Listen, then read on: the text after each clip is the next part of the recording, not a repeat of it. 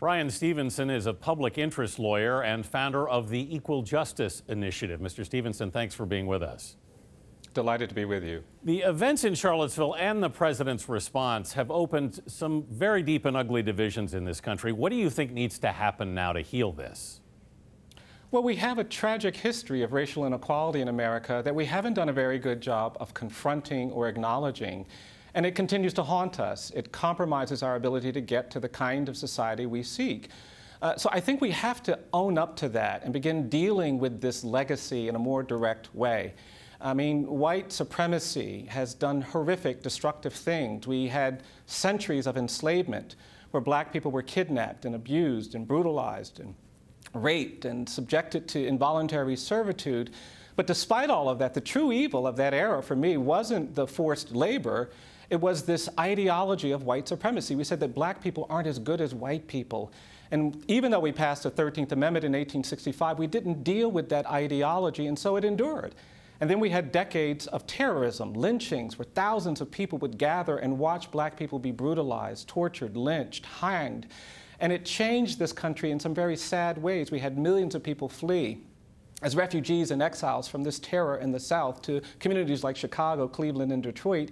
And then we fought this battle over civil rights. And even though we won these laws, we didn't really confront or defeat this narrative of white supremacy, and so it still exists.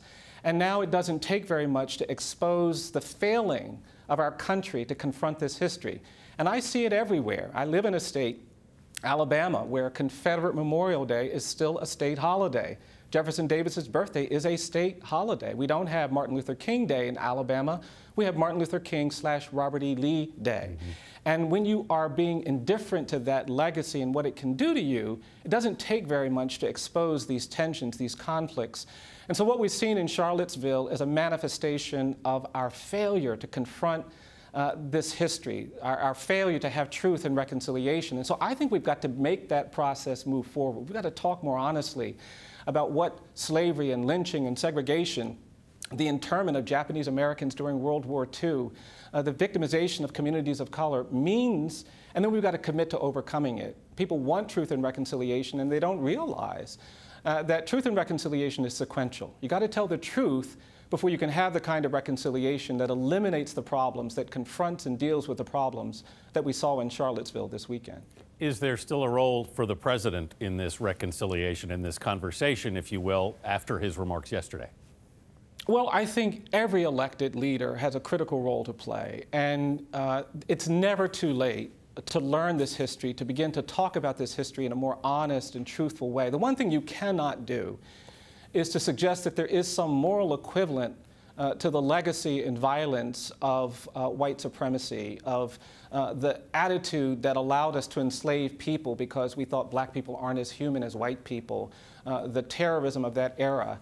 We cannot do that. And if someone suggested, oh, well, the Holocaust was a consequence of problems on both sides, if you tried to create some counter-narrative that justifies the Holocaust or the genocide in Rwanda or apartheid in South Africa, you undermine the kind of truth-telling that's necessary to overcome the damage done by decades of victimization and abuse. And so every elected leader has a critical role to play. I think the president needs to step back, understand this history in a new and different way. He didn't get it when he should have gotten it, but most people don't get it because we don't talk about it. But it's never too late, and we do need leadership on these issues. We cannot be ambivalent about the danger posed by Nazism and fascism and any ideology that says, I'm better than someone else because of my color, because of my place of birth. That is the kind of poison that destroys societies, and every elected leader has to recognize that and stand up to confront that. You're in Alabama, where there are still hundreds of monuments to the Confederacy. In your view, what should happen to them? Well, I think we've, first of all, got to erect a different iconography. You're right, I'm surrounded in places where the iconography of the Confederacy litters everything. And it's almost as if we love talking about mid-19th century history, but we don't want to talk about slavery. We don't want to talk about lynching and terrorism. We don't want to talk about segregation. And I think we have to change that. One of the things we're trying to do is to actually erect markers that talk about the legacy of slavery. We've got to make that visible. In Berlin, Germany, you can't go 100 meters without seeing a marker or a stone that's been placed next to the home of a Jewish family that was abducted during the Holocaust.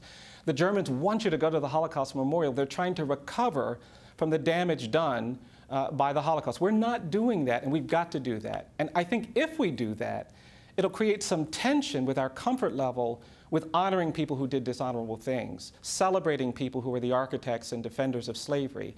I think that truth-telling has to begin for us to make the progress that needs to happen. I don't think we should have Confederate markers or memorials any more than I think there should be Adolf Hitler statues in Germany or Osama bin Laden statues in the Mideast. I think it would be injurious to Americans to see that kind of vision, that kind of leadership honored and celebrated. And I think the same is true for those who tried to destroy this country. But getting to that means that we've got to do a better job of understanding just how this history formed. I think one of the interesting things that people don't appreciate is that a lot of these memorials and monuments to the Confederacy weren't erected in the 19th century.